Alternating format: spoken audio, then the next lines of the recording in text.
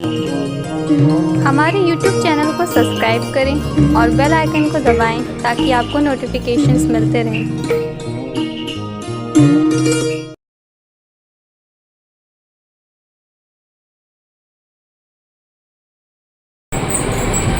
ॐ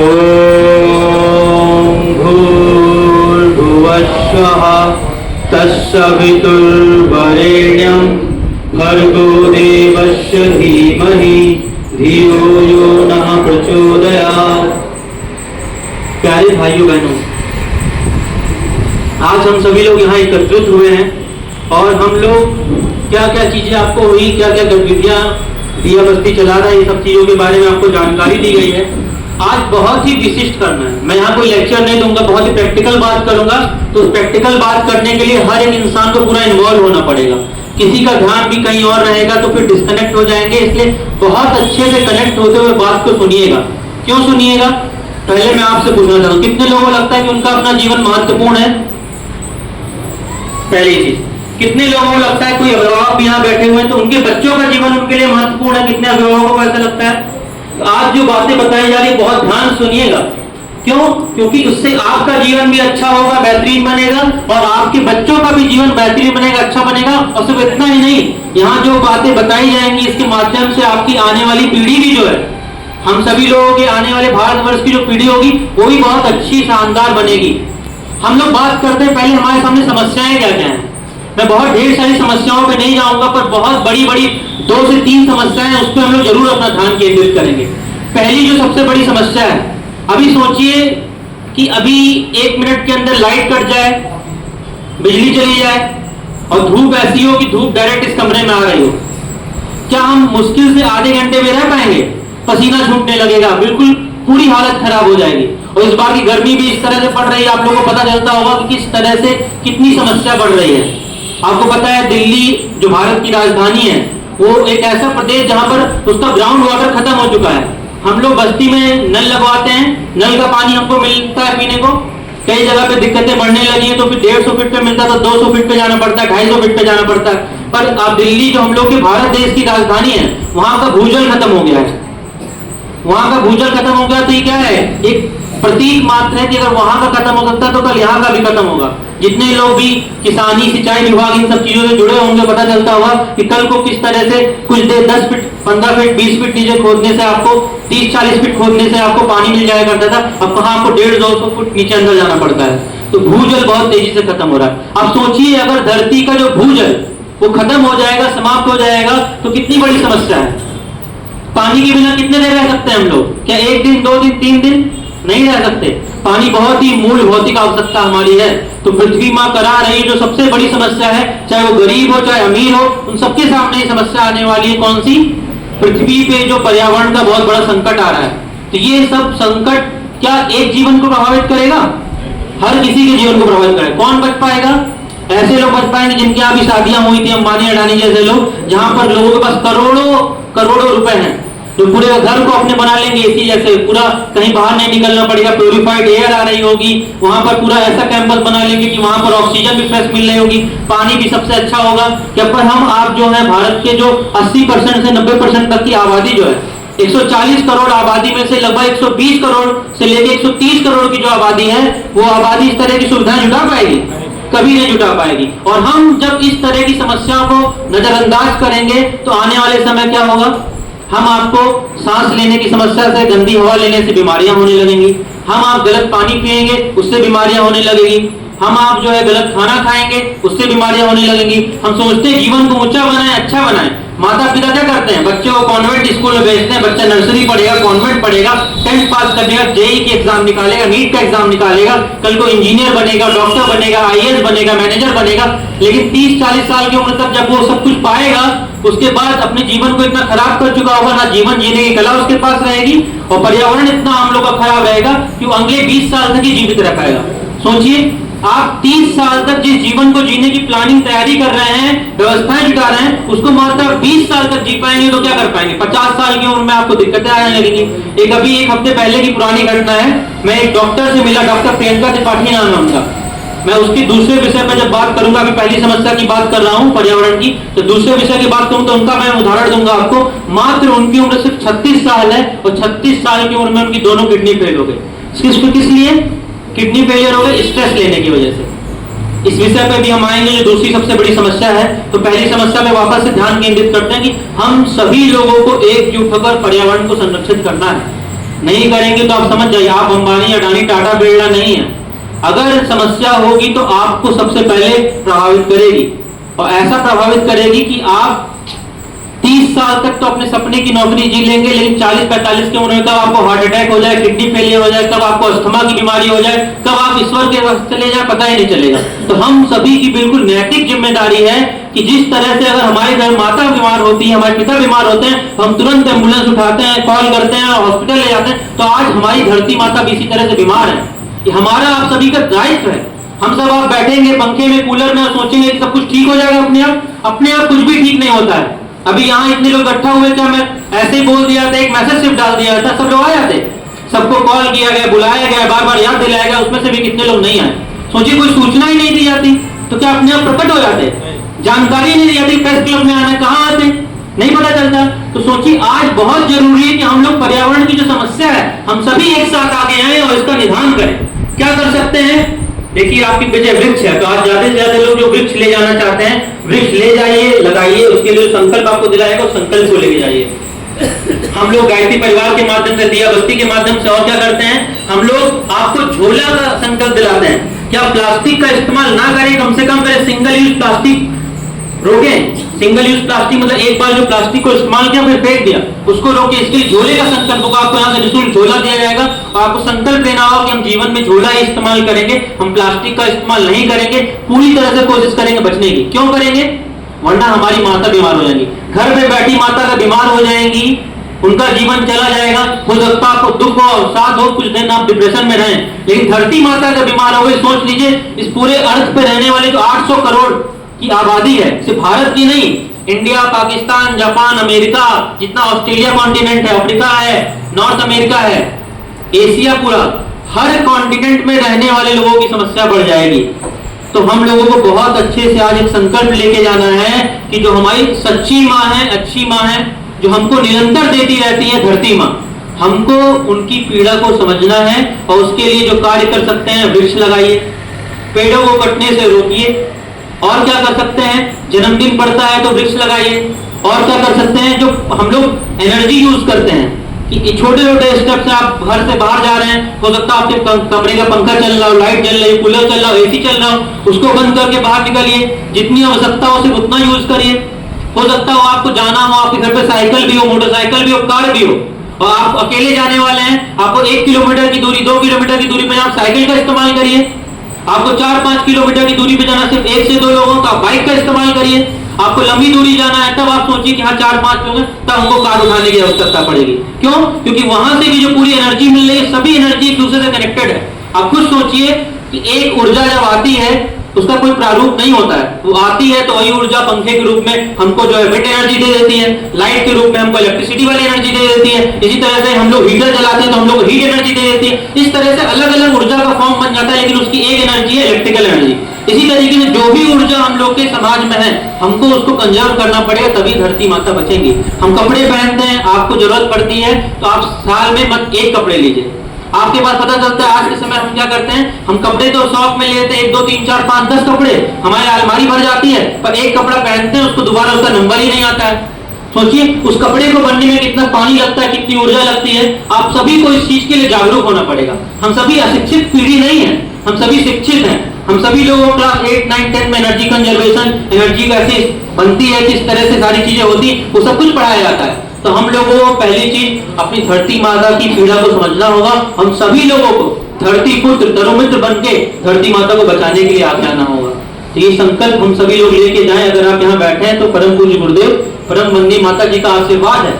बुलाया कई लोगों को गया, पर आप सभी आए हैं, तो आज आप ये संकल्प लेके जाइए कि बस्ती की जो भूमि है, हमारी मातृभूमि है, जहाँ हमारा जन्म हुआ है, जहाँ हम रह रहे हैं, जहाँ हम नौकरी कर रहे हैं, हमारा पैसा चल रहा है, हमारी रोजी रोटी चल रही, उस भूमि को तो हम दूषित नहीं होने देंगे। उस भूमि के हम किसी तरह से माँ धरती को अपमानित नहीं होने देंगे, हम उनको सुरक्षित रखेंगे। आगे दिया बस्ती की बहुत बड़ी बड़ी योजनाएं हैं। आप इस तरह से बिल्कुल मत समझिए कि ऐसे दिया जला और सब चीजें खत्म, नहीं। आगे चल के दिया का मसाल का रूप ले लेगा, कितनी बड़ी बड़ी योजनाएं आएंगी, कितने बड़े बड़े कार्य करने होंगे। आपको आज से 5 साल 10 साल बाद दिखेगा कि किस तरीके से अलग अलग स्वावलंबी महिलाओं को क्रिएट करना हो, पर्यावरण में हमारी कुआनो नदी दूषित है उसको ठीक करना हो, हर जगह पे नारी शिक्षित हो, सब कोई स्वावलंबी हो। हमारा बस्ती अपने आप में सिर्फ यूपी का नहीं पूरे इंडिया का नंबर 1 सिटी बन के आ गए। उन सब की योजनाएं हम लोग गायत्री परिवार के युवा कर रहे हैं और हम सभी लोगों को, आप सभी जैसे जागरूक लोगों की आवश्यकता होगी, इसमें आप सभी का भागीदारी होगी। तो पहली जो समस्या मैंने आपको बताया कि पर्यावरण की समस्या, इसको नजरअंदाज मत करिए। अगर आप इसको नजरअंदाज करेंगे तो बिल्कुल उसी तरह से होगा कि अगर किसी गांव में एक किनारे आग लगती है, उसको इग्नोर किया जाता है तो आग पूरे गांव में फैल जाती है। उसी तरह से पूरी पृथ्वी तपेगी, पूरी पृथ्वी खराब हो जाएगी और हम लोग फिर बाद में पछताते रह जाएंगे, कुछ होगा नहीं। एक आखिरी उदाहरण देके मैं पर्यावरण के टॉपिक को समाप्त करूंगा। क्या आखिरी उदाहरण, आपको पता होगा विदेश में एक क्लॉक है, उस क्लॉक का काउंटडाउन शुरू हो रहा है। काउंटडाउन का मतलब समझ में आता है, उल्टी घंटी चलना। आपने देखा हो ना कि अभी 4 घंटे बचे, 3 घंटे बचे, 2 घंटे बचे, ऐसा होता है ना काउंटडाउन। ऐड भी कभी आता कहता है कि 10 second left, 9 second left, 8 second left. उस पर्यावरण की क्लॉक में बताया गया है कि 5 साल और उसका महीना, उसकी घंटी, कितना घंटा बचा है, कितना सेकंड बचा है, ये सिर्फ इतना समय बचा है हमारे पास। मुश्किल से 5 साल का समय बचा, अगर हम लोगों ने कोई बड़ा स्टेप पर्यावरण को बचाने के लिए नहीं उठाया तो फिर हम लोग कुछ कर भी नहीं पाएंगे। चाहे जितनी तकनीक लगा लें, चाहे जो चीजें लगा लें, वो बिल्कुल इरिवर्सिबल प्रोसेस हो जाएगा। आप खुद सोचिए, अगर एक घर लगभग 70% उसमें आग लग चुकी हो, तब आप सोचना विचार करें कि आप पानी डालना चाहिए, तब बुझेगा। तो सोचिए इतनी देरी हो चुकी होगी कि वो जल चुका रहेगा। तो हम लोगों का बहुत कम समय बचा है, हमको धरती माता को बचाने के लिए आज एक कृत संकल्प होना चाहिए। दूसरा, धरती माता सुरक्षित रहेगी तो हम रह पाएंगे, ये सिविलाइजेशन, मानव सभ्यता आगे बढ़ेगी, पर्यावरण आगे बढ़ेगा, सब चीजें, नदियां अच्छे से बहेंगी, पहाड़ रहेंगे। तो दूसरी सबसे बड़ी महत्वपूर्ण व्यवस्था है आप सभी के बच्चे और आपका जीवन अपना। आप सोचिए, आज इतने बच्चे आए हैं, वो माता पिता जो किसी स्कूल की पेरेंट्स टीचर मीटिंग में नहीं बच्चा चला जाता। सोचिए, अभिभावक एक तरीके से जीवन जीने की कला तो हमको दिए नहीं। 5 साल में बच्चा दूषित हो गया, तो अपने आप में इतना ज्यादा पीड़ित हो गया, उसके दर्द को बांटने का कोशिश किया नहीं, उसको प्यार दिया नहीं, और फिर कहते हैं वो दुखी हो गया, डिप्रेशन में चला गया, स्ट्रेस में चला गया। तो गलती बच्चे की हो गई। बच्चा मर जाए तब भी कहते मर जाता अच्छा रहता, वो इस तरह की बात बोल रहे थे वहां पर। सोचिए कितनी ज्यादा संवेदना माता पिता की मर जा रही है इस तरह से, कितनी ज्यादा संवेदना बच्चे अपने आप में कितने अकेले हो जा रहे हैं, ये समझ नहीं पा रहे। माता पिता समय कहाँ लगा रहे हैं, आप खुद से पूछिएगा। इस तरह की ज्ञान गोष्ठी में आप बात करने लगते हैं, इस तरह समय चला जाता है। घर में बैठते हैं तो आप मोबाइल चलाने लगते हैं, मोबाइल में रील देखते हैं, मूवीज देखते हैं, और आप जो है आप लोग गपशप रहता है। अभी तो टायर 3 सिटी है बस्ती, आप लखनऊ जाइए तो वहाँ सिटी पार्टी चलती है। महिलाएं बच्चों पे समय नहीं देंगी, बच्चे चले जाएंगे कहाँ पर, केयर स्कूल होता है, 2 बजे स्कूल से आएंगे तो टेक केयर स्कूल रहता है, वहाँ बच्चे शाम को 5-6 बजे तक रहते हैं। माता पिता का ध्यान, जो काम माता पिता का होता है वो काम क्या करती है, वहां पर नहीं रहती हैं, वो उनको खाना खिलाएंगी, कैसे रहना है, कपड़े पहनना सिखाएंगी। माता पिता वो काम करेंगे नहीं। अब खुद सोचिए, पैसे लेके जो व्यक्ति काम कर रहा है तो बिल्कुल प्रोफेशनल रहेगा, मैंने इतना पैसा लिया तो मैं इतना काम करूंगा। लेकिन जो माता पिता का प्रेम होता है, संवेदना होती, करुणा होती, जो भारतीय संस्कृति में पता नहीं कितने वर्षों से चला आ रहा है कि किस तरह से प्यार मिलता है। तो जो दूसरी सबसे बड़ी समस्या जो आपको बता रहा हूँ, माता पिता सब बहुत ध्यान से सुने, आज युवा बहुत अकेला हो गया है, आपके बच्चे बहुत अकेले हो गए हैं। अगर आप उनको अपना दोस्त नहीं बनाएंगे, उनको प्रेम नहीं बांटेंगे, उनके मित्र बन के उनकी परेशानियों को सुलझाएंगे नहीं, उनके लिए अगर आपको भी पढ़ना पड़े, सीखना पड़े, तो आप YouTube खोलिए, इतने अच्छे अच्छे ज्ञान वाले लेक्चर उसको सुनिए, कुछ और जानना पड़े उसको जानिए, इस तरह की गोष्ठियों में आने का प्रयास करिए, छूटने ना पाए। अगर आप यहाँ आएंगे, जानेंगे, तो बच्चों को बता पाएंगे कि हाँ इस तरह का बेटा कार्य करोगे तो अच्छा होगा। बच्चे किस किस तरह से परेशान है मैं आपको बताऊंगा। पहली उनकी पढ़ाई खराब हो रही है, उनका फोकस स्पैन कम हो गया है। जब से कोविड बीता है उनके पास मोबाइल आ गया है, शॉर्ट्स देखते हैं, फोकस स्पैन कम, कंसंट्रेशन पावर खत्म, बच्चों के पास एक पेज पढ़ने की क्षमता नहीं है। और माता पिता कहेंगे बेटा ध्यान से पढ़ो, ध्यान से पढ़ो, तुमको इतने अच्छे स्कूल में नाम लिखाया है, 5-6 हजार रुपए महीने का उसका फीस लगता है, इतने अच्छे ट्यूशन लगवाए हैं, अब बच्चे को बोझ से ढाल दो, प्रेम दिया नहीं, संवेदना दी नहीं, उसको सिखाया है ये नहीं जीवन जीने की कला। तो इस तरह के आयोजन होंगे। आप लोगों की एक बहुत बड़ी गतिविधि जो गूढ़ मान्यता बन गई है, गायत्री परिवार एक ऐसी संस्था है जहाँ से बाबा जी बनाया जाता है। देखिए इसी सब मूल मान्यताओं को तोड़ने के लिए इस तरह का आयोजन होता है। आप आएंगे गायत्री परिवार में, अपने बच्चे को भेजेंगे तो आपका बच्चा क्या बनेगा, राम बन के यहाँ से जाएगा। और राम देखिए किस तरह से अपने जीवन को ऐसा जिया कि हर व्यक्ति के आदर्श बन गए वो। माता पिता के लिए सबसे अच्छा पुत्र कौन हो सकता है? राम। राज्य का सबसे अच्छा राजा कौन हो सकता है? राम। सबसे अच्छा पति के रूप में कौन हो सकता है? राम। आप हर जगह देखेंगे राम जैसा बच्चा अगर आपका बन गया तो क्या कोई नुकसान है? नहीं नुकसान है। आप इस तरह की गोष्ठी में भेजेंगे तो बच्चा आपका साइंटिस्ट कलाम की तरह बाहर निकल के आएगा। आप भेजेंगे बच्चा विवेकानंद बन के बाहर आएगा, कल्पना चावला बन के बाहर आएगा। आप देखिए, मैं आपको एक छोटा सा उदाहरण देना चाहता हूँ। हम सभी के बीच में, आप सभी के बीच में हम लोग एक भाई थे, बहुत प्रिय भाई, आज उनकी कमी भी खल रही, घनश्याम जी। सोचिए, उनको काम करते थे उनके घर वाले और बाकी लोग कहते थे करे ये पढ़ने लिखने वाला नहीं है, पढ़े लिखेगा नहीं, इसको सब लोग इसी काम में फंसा दिए हैं। सोचिए, उसने एक बार एंट्रेंस दिया, हम लोग यहाँ से 2 लोगों ने एंट्रेंस दिया, दोनों लोग क्वालिफाइड हुए। घनश्याम जी, प्रज्ञा जी, दोनों लोगों का नामांकन के लिए नाम आया। तो घनश्याम जी ने इस बार एडमिशन लिया। पहली बार में एंट्रेंस एग्जाम, जहां पर कई लोगों का 1-1 साल, 2-2 साल, 3-3 साल तक नहीं होता, उन्होंने एडमिशन लिया। एडमिशन लेने के बाद उनका इंटरव्यू में भी तुरंत हुआ। इंटरव्यू के बाद आज वो पढ़ाई कर रहे हैं। और हम लोग के पूरा दिया बस्ती का जो संगठन है, कोई थोड़ी सी आर्थिक समस्या आई, हम सभी भाइयों ने एक गुहार लगाई, सभी लोगों ने पैसे का इकट्ठा किया, सारी पढ़ाई उसका पूरा अच्छे से हो रहा है वहां पर। सोचिए कितनी अच्छी बात है। लोग कहते थे कि पढ़ेगा नहीं, क्या करेगा क्या करेगा, आज वो लड़का वहां पढ़ रहा है। आदरणीय चिन्मय भैया की जिसकी बात हुई, बता था भैया 40 मिनट की क्लास हुई थी, इतने अच्छे से भैया ने बताया, हर चीज बताया। उसने इतना सपना देख लिया कि यहाँ से 4 साल की पढ़ाई पढ़ूंगा, देश विदेश में बाहर जाने का मौका मिलेगा, वहां जाऊंगा और बस्ती में वापस आके बस्ती के युवाओं को रोजगार दूंगा। इतना बड़ा संकल्प लेके वो व्यक्ति गया है। और यकीन मानिए 4 साल बाद वो जब लौटेगा, 1-2 साल शायद कहीं नौकरी करे, विदेश में कहीं नौकरी करने जाए, जैसा भी उसका सौभाग्य मिलेगा, आप देखिएगा 6 साल के बाद बस्ती के युवाओं को नौकरी देने की पूरी जिम्मेदारी अपने कंधे पे उठा के दिखाएगा। बच्चे जो लोग 30-40 हजार की नौकरी के लिए बाहर जाते हैं, ऐसी नौकरियां यहाँ बस्ती में खड़ी होंगी। इस तरह के संकल्प को लेके गया है वो, और पूरा करके दिखाएगा। कैसे हो पाया? इस तरह के जो आपको लगता है कि बाबा जी लोग बनाते नहीं, यहाँ पर देखेंगे तो यहाँ पर लोग इंजीनियरिंग करे हुए बैठे हैं, डॉक्टरी करे हुए बैठे हैं, अच्छा बिजनेस चला रहे हैं, अच्छे पोस्ट पर हैं। वो हर तरह से बच्चे को संस्कारवान भी बनाते हैं, विद्या भी देते हैं और शिक्षा भी देते हैं। सिर्फ एक देंगे तो हम लोग खत्म हो जाएंगे। सिर्फ शिक्षा मिलेगी तो क्या होगा? आईएएस तो बन जाएंगे, पर छोटी सी बात पे आप सुसाइड कर लेंगे। आप न्यूज पढ़ते हो कि आईएएस का क्या हुआ, छोटी सी कोई बात हुई, गड़बड़ी हुई तो उसने सुसाइड कर लिया। डॉक्टर है कोई, अभी जिनके बात बता था मैं, उनकी बात को अब शुरू करने जा रहा हूँ आपको कि बच्चा कैसे अकेले होता है। वो इस समय प्रोफेशनल डॉक्टर है, डॉक्टर प्रियंका त्रिपाठी जी उनका नाम है। उन्होंने नीट की तैयारी करी, नीट की तैयारी करी। घर से उनको बोला बेटा कितने साल तैयारी करने के लिए, कितने साल तैयारी करने, वो डिप्रेशन में चले गए। कोशिश करे, निकला, फिर एक बार जाके बीएमएस निकला, एडमिशन नहीं किया, अगली बार ट्राई की बीएचएमएस निकला। होम्योपैथी से 5 साल की पूरा उन्होंने डॉक्टरी की पढ़ाई कंप्लीट करी। उसके बाद 1-2 घटना और घटी, उनको मजबूत नहीं बनाया गया मानसिक रूप से। सोचिए, आप सिर्फ शिक्षा देने की बात करते हैं कि बच्चा चला जाए, पढ़ाई कर ले, ट्यूशन पढ़ ले, उनको विद्या नहीं दी गई, बच्चा क्या हुआ? इतना टेंशन उसके ऊपर किया, हमको तो नीट नहीं निकला, एमबीबीएस नहीं निकला। सोचिए जीवन रहेगा, इंसान क्या कर लेगा? उस टेंशन को लेते लेते स्ट्रेस को लेते लेते किडनी पे ऐसा असर पड़ा कि आज से 7 साल पहले, 6 साल पहले 2017 में उनकी दोनों किडनी फेल हो गई। और 2017 से लेकर 2024 तक प्रत्येक सप्ताह उनका हफ्ते में 2 बार डायलिसिस होता था।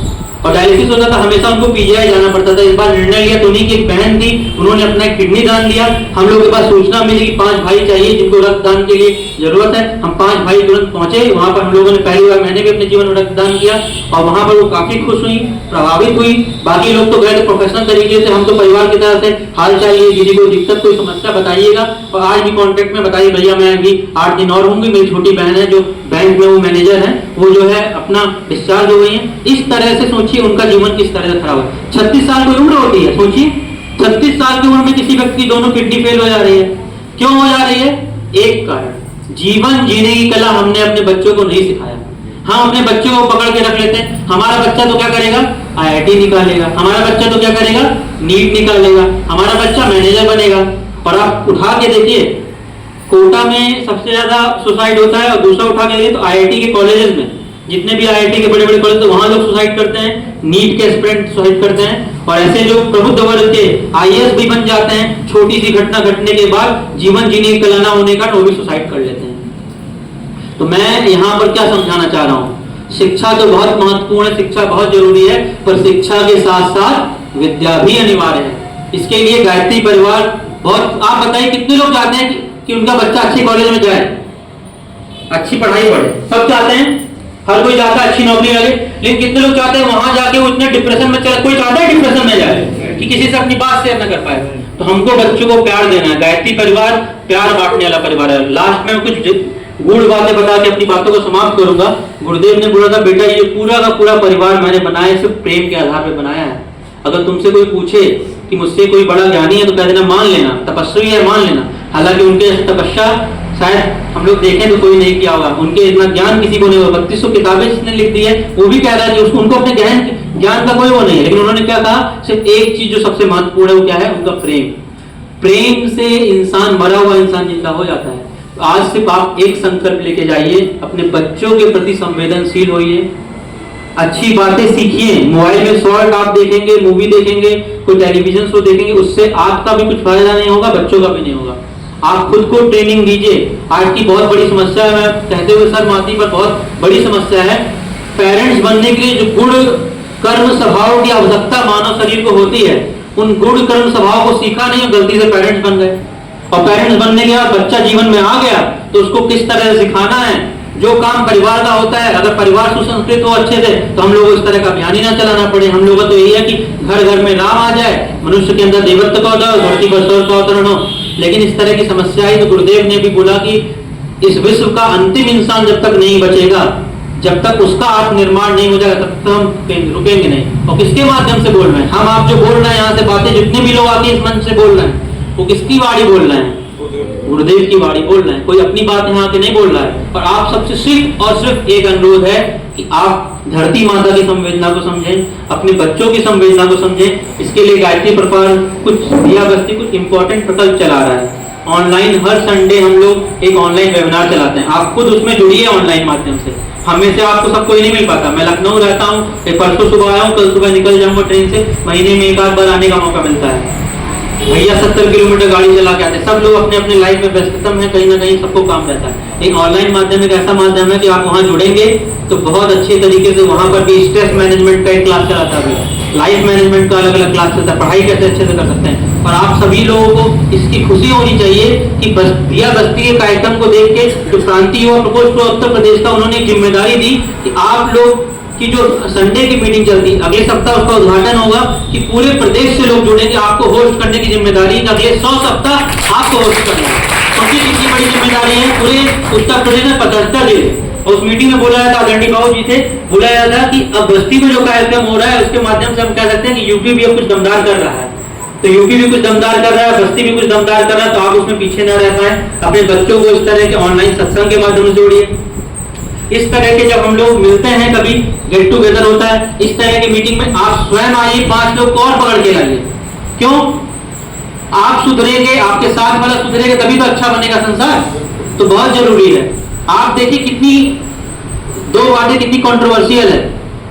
जब सुख की बात होती है तो सोचते हैं सारा सुख हमारे घर है, पड़ोसी घर में ना जाए, होता है। और जब श्रेष्ठ बनने की बात होती है तो कहेंगे भगत सिंह उनके घर में पैदा, हमारे घर पैदा ना हो।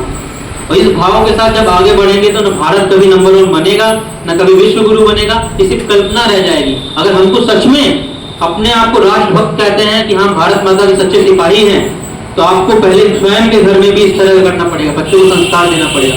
इन सभी बातों को बहुत अच्छे से ध्यान से जीवन में उतारिए, बच्चों की संवेदना को समझिए, माता धरती की संवेदना को समझिए। और अंतिम बात जो दिया हमेशा बताया था, अप दीपो भवा, आपको आगे दिख रहा होगा, अपना दीपक स्वयं बन के जाइए। यहाँ से स्वयं दीपक बनिए, लोगों को प्रकाश फैलाइए। आप अपने आप में इतने महान बन जाइए कि यहाँ पर एक एक जितनी बहनें बैठी हुई हैं, अपने आप में वो एक एक बहनें कहें कि मैं तो मोहल्ले में 4-5 लोग थे, मैं 5 लोग को स्वयं हफ्ते में बुलाती हूँ और अच्छी बातें सिखाती हूँ। मोहल्ले में परिवार में जो लोग उनको अच्छी बातें सिखाइए। साहित्य स्टॉल पे इतनी अच्छी अच्छी किताबें हैं, उनको पढ़वाइए, खुद पढ़िए, उनको पढ़ाइए। इस तरह के कई प्रकल्प आप करेंगे। आने वाले समय में दिया बस्ती आप सभी लोगों के लिए हर तरह से, जितनी भी तरह से आप सोच सकते हैं, स्वास्थ्य की व्यवस्था की बात हो, नौकरी देने की, स्वावलंबन आंदोलन की बात हो, जो गुरुदेव ने 7 आंदोलन दिए हैं, उस 7 आंदोलन पूरे प्रचंड रूप से आप सभी लोगों के सामने आएगा। इस सभी चीजों के लिए आप सभी लोगों का आशीर्वाद भी चाहिए, आप लोगों का सहयोग भी चाहिए। एक आखिरी बात, अंशदानी ग्रुप जो बना है उसके बारे में बताना चाहूंगा। अभी हम लोग कल बात कर रहे थे, बाबू जी से, उन्होंने पूछा ये सब कार्यक्रम आप लोग करते कैसे हैं। हम क्या बाबू जी, हम लोग का ग्रुप है, उसमें क्या करते हैं, बच्चे 50 रुपए महीने का, 60 रुपए महीने का। अच्छा माता जी लोग यहाँ बैठे हैं, एक बात बताइए, कितने लोग उन बच्चों को टॉपिक देने के लिए, खाने के लिए 5 रुपए 10 रुपए देते हैं दिन का कि पढ़ने जा रहे हैं? कि 5 रुपए बेटा रख लो, खा लेना कुछ। एक दिन का 5 देते हैं। आप सोचिए, आप लोग संकल्पित होकर जाएंगे और बच्चे संकल्पित हो गए कि 5 रुपए देते हैं, 5 में से 4 खा लेना, 1 रुपए समाज के लिए, धरती माता के लिए बचा लो, 1 रुपए इस तरह के कार्यक्रम के आयोजक लोगों के लिए बचा लो कि दिन का 1 रुपए, महीने का 30 रुपए बचा लो। और 30 रुपए होता है तो आप जिसकी दीदी के माध्यम जुड़े उनको 30 रुपए महीने का दे दो, तो 30 रुपए के महीने का देंगे आप, तो इस तरह की गतिविधियां चलेंगी, बहुत शानदार रूप चलेगी। तो आप लोग में से यहाँ जो अंशदानी बनना चाहता है, पीछे रजिस्ट्रेशन जब समाप्त होगा आप वहां पर नाम लिखा दें कि महीने का मैं 30 रुपए देना चाहता हूँ, महीने का मैं 50 रुपए देना चाहता हूँ। सोचिए 30 रुपए 50 रुपए क्या होता है। आप बाहर निकलिए, एक बर्गर खाइए, 30 रुपए खत्म, पेट में चला गया, क्या मिला? एक कोल्ड ड्रिंक पीजिए, 30 रुपए खत्म। वही 30 रुपए सोचिए जब यहाँ पर एक दिया जल रहा है, यहाँ पर हर एक मंच में माइक बोली जा रही, हर चीज जो व्यवस्था चल रही, पंखा चल रहा है, उसमें जो उपयोगी हुआ तो आपको भी लगा कि मेरा भी 1 रुपया लगा था, पंखा चल रहा है, इसमें मेरा भी योगदान है। कल को युग निर्माण होगा तो आप भी कहेंगे जो पूरी युग निर्माण योजना हुई उसमें मेरा भी योगदान होगा। और छोटे से जो दान होते हैं वो कितने महान इतिहास रच देते हैं। आपको गिलहरी का उदाहरण याद होगा कि राम जी का जब वो पुल बन रहा था, सीता माता जी को लाना था, तो गिलहरी जो अपनी पूंछ में थोड़ी थोड़ी बालू भर के ले जा रही थी और वहां से पुल बना रही थी, सबको लग रहा था कि कुछ नहीं होने वाला है, उसके सहयोग से क्या हुआ। और गिलहरी के उस योगदान को आज ऐसा माना जाता है, आज भी लोग बताते हैं गिलहरी का कितना महान योगदान था। तो आप सभी लोग बच्चों को प्रेम दीजिए, पर्यावरण को अच्छे से, धरती माता की संवेदना को समझिए, इस तरह की गतिविधियों में अपने बच्चों को लाइए और लोगों को लाइए, आप स्वयं आइए और अंशदानी बने और अच्छे से सारी चीजें करें। इन्हीं सब बातों के साथ मैं अपनी बातों को विराम देना चाहता हूँ। जितने भी लोग जा रहे हैं, नाश्ते किट है, नाश्ता अवश्य लेके जाएंगे। अब बिल्कुल 10 से 15 मिनट का क्रम है, सर्टिफिकेट वितरण होगा, फिर उसके बाद जो है आपका कुछ बच्चों को पौधे दिए जाएंगे, झोले दिए जाएंगे, फिर अंतिम में आपका धन्यवाद ज्ञापन के साथ आज का कार्यक्रम समाप्त होगा। तो जितने देर बैठे हैं, मुश्किल से 15 से 20 मिनट और धैर्य से बैठे, इतना ध्यान से देर तक सुनने के लिए बहुत बहुत धन्यवाद, आभार।